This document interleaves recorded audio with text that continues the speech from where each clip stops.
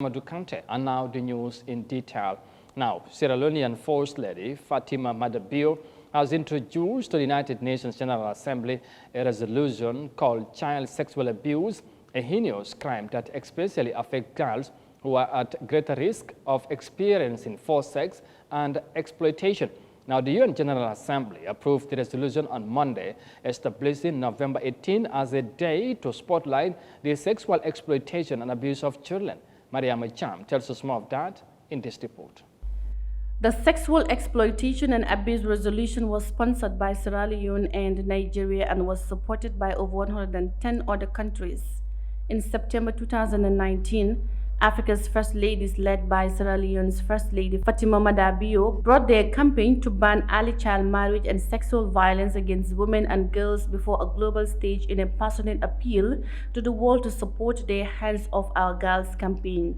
The United Nations Office for Coordination of Humanitarian Affairs said as many as 150 million girls worldwide are raped or subjected to sexual violence each year, usually by someone in their family circle.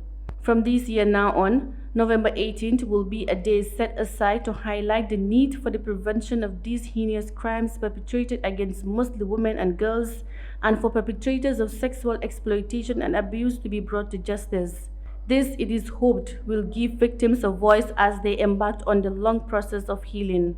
Addressing the General Assembly, the First Lady of Sierra Leone called for collective efforts to protect the dignity of children and bring survivors the justice they need. I don't know whether we'll be able to stop rape altogether in the world, but the louder we get, I think it reduces the number of victims that we have. Following the General Assembly's action on the draft resolution, First Lady Fatima Madabio spoke to the press and expressed the view that the louder the call against sexual exploitation and abuse, the more the message is spread across. I am not a victim of rape, but I am a victim of early marriage. So I understand indirectly for me, I keep saying early marriage is a legalized form of rape. So I believe that the victims, they all have the same story, because when someone violates your body without your consent, that is a crime, and it's taking your human right away from you. First Lady Fatima Bio also spoke on the importance of people talking about rape. She said keeping this subject matter as a taboo will be a serious failure. She therefore encourages victims to muster the courage to speak out about their experiences. So November 18 will be a day that we will gather and we will scream together and say, you're not going to bring us down. We're still surviving and we will leave. If you think you have finished us, no, you haven't.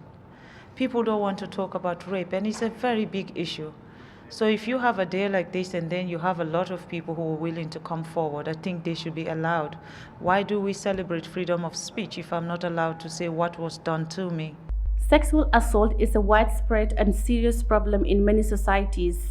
It is well known that many victims choose not to report the crimes of sexual violence committed against them, either because of stigma or fear of reprisals.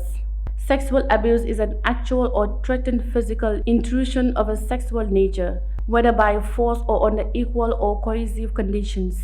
WHO's global estimates indicate that about 1 in 3, which is 30% of women worldwide, have been subjected to either physical and/or sexual intimate partner violence or non-partner sexual violence in their lifetime. Women and girls around the world usually suffer greatly from sexual abuse, especially in theaters of war or conflict. What do we want? Justice! What do you want? Reporting for Eyeafrica News, I am Yahya Jammeh.